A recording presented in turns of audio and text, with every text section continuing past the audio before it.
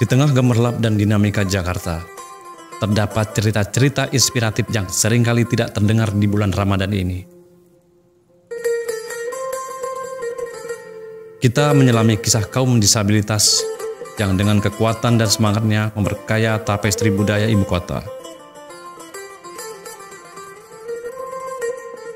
Ramadan bagi kaum disabilitas di Jakarta tidak jauh berbeda dengan yang lainnya. Mereka juga merasakan semangat suci bulan ini dengan segala tantangan dan adaptasi yang dibutuhkan untuk menjalaninya.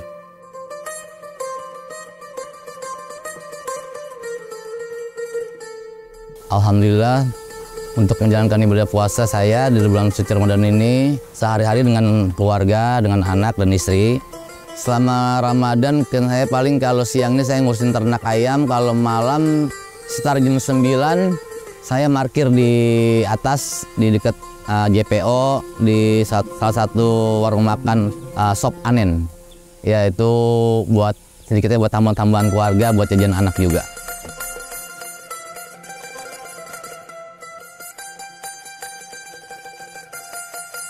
Ya, kalau saya suka di Jakarta selama Ramadan ini ya alhamdulillah rame, terus juga dengan lingkungan walaupun lingkungannya tinggal sedikit tapi kekeluargaannya juga masih ada, kebersamaannya. Ya nanti mungkin seminggu hari mau lebaran masih sepi lagi Jakarta lagi. Alhamdulillah sih saya untuk menghadapi rintangan-rintangan di bulan suci Ramadan ini ya paling juga ya dengan kesabaran, dengan ya namanya kita orang tua yang mengurus anak, terus juga dengan ya ibadah hari-harinya, sholat, ya tadarusan, sedikitnya ya untuk kasih contoh buat anak.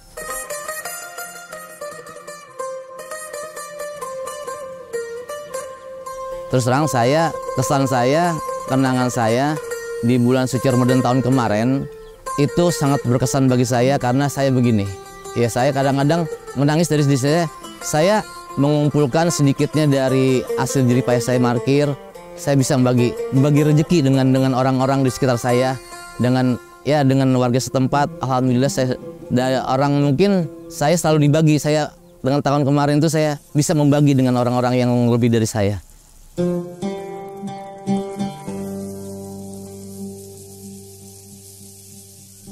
Tradisi paling kalau istri lagi libur kerja, kita mengadakan acara buka bersama ya sama anak, sama istri, itu aja.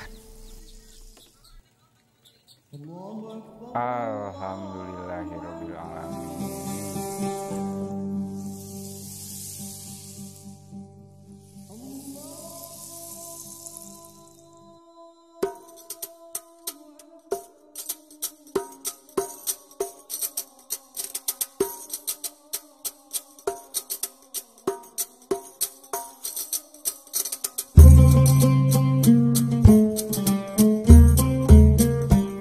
Dari akses ke masjid yang ramah disabilitas hingga kegiatan buka bersama, tantangan yang mereka hadapi mengundang kita untuk berpikir lebih inklusif. Namun, dengan dukungan komunitas dan keluarga, Ramadan menjadi momentum yang penuh makna. Kaum disabilitas tidak hanya sekedar partisipan dalam bulan suci ini. Banyak di antara mereka yang aktif memberikan kontribusi menjadi inspirasi melalui kisah dan aksi nyata dalam kegiatan komunal dan sosial.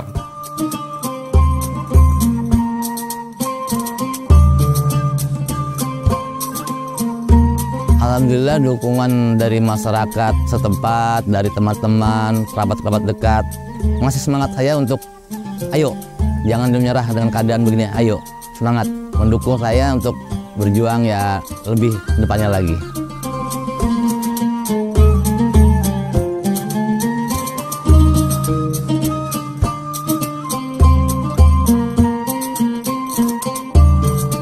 Untuk komunitas di Jakarta ini saya harapkan untuk lebih sedikitlah menengok kawan-kawan kita, saudara-saudara kita yang punya kekurangan atau disabilitas.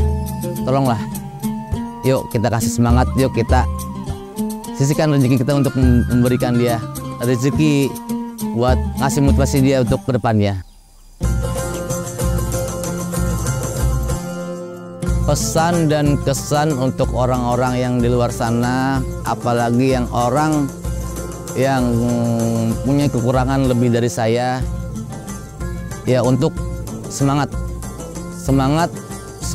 untuk berjuang, untuk hidup, karena dengan kesemangatan kita, dengan kekurangan kita ini, pasti kita ada punya kelebihan yang lebih dari orang yang mungkin normal dari kita, cuman dia tidak punya kelebihan, kita yang punya kelebihan dari mereka.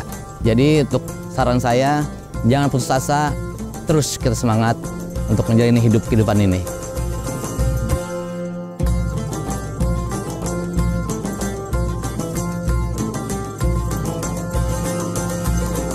Ramadan inklusif. Kisah inspiratif dari kaum disabilitas Jakarta bukan hanya tentang perayaan, tapi juga tentang bagaimana kita semua dengan segala perbedaan dapat bersama-sama menemukan kekuatan dan harapan. Mari kita jadikan Ramadan ini sebagai titik awal untuk lebih memahami dan mendukung satu sama lain, membangun komunitas yang lebih inklusif dan penuh kasih. Semoga cerita mereka menginspirasi kita untuk selalu mencari cara agar setiap orang tanpa terkecuali dapat merasakan kegembiraan dan kedamaian di bulan Ramadan. Sampai jumpa di cerita selanjutnya.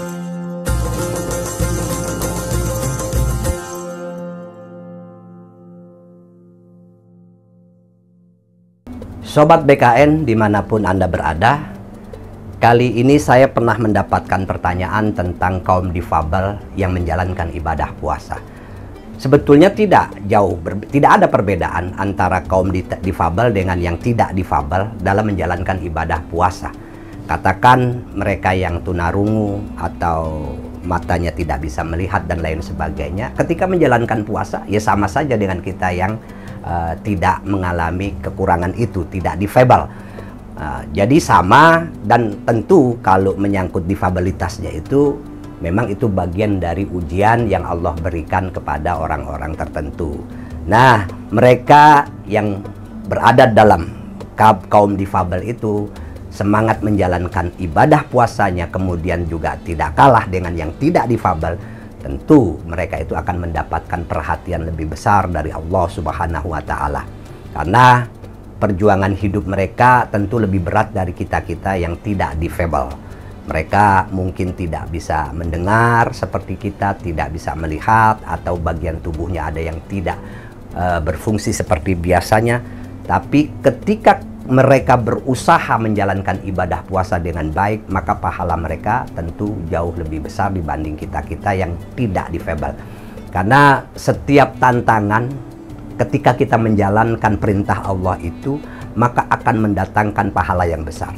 Ada kaidah yang menarik yang menegaskan as-sawabu biqadri ta'ab, bahwa pahala itu ukurannya tergantung tantangan yang kita hadapi. Maka semakin berat tantangan, maka semakin besarlah pahala yang kita terima di sisi Allah Subhanahu wa Ta'ala. Oleh karena itu, mereka yang kemudian termasuk dalam kaum difabel, saya mengajak, ayo kita sama-sama jangan kalah untuk berlomba-lomba menjalankan ibadah puasa, meningkatkan kualitas ibadah kita di bulan Ramadan. Siang hari dengan berpuasa, malam hari kita menjalankan salat taraweh, tadarus Al-Quran dan lain sebagainya, yang tentunya juga dihayati dengan baik, bahwa puasa ini sebetulnya bukan cuma menahan dahaga dan lapar, tapi juga melatih kemampuan kita untuk membentuk moralitas, membentuk kepribadian, sehingga puasa kita tidak sia-sia. Nabi Muhammad pernah bersabda, kam min sha'imin laisa lahu min siyamihi illal ju'i wal atas. Berapa banyak orang yang puasa tapi tidak mendapatkan apa-apa dari puasanya selain hanya rasa lapar dan rasa haus. Itu artinya jangan sampai kita menjalankan ibadah puasa ternyata hanya lapar dan haus, tidak membentuk kepribadian kita. Demikian.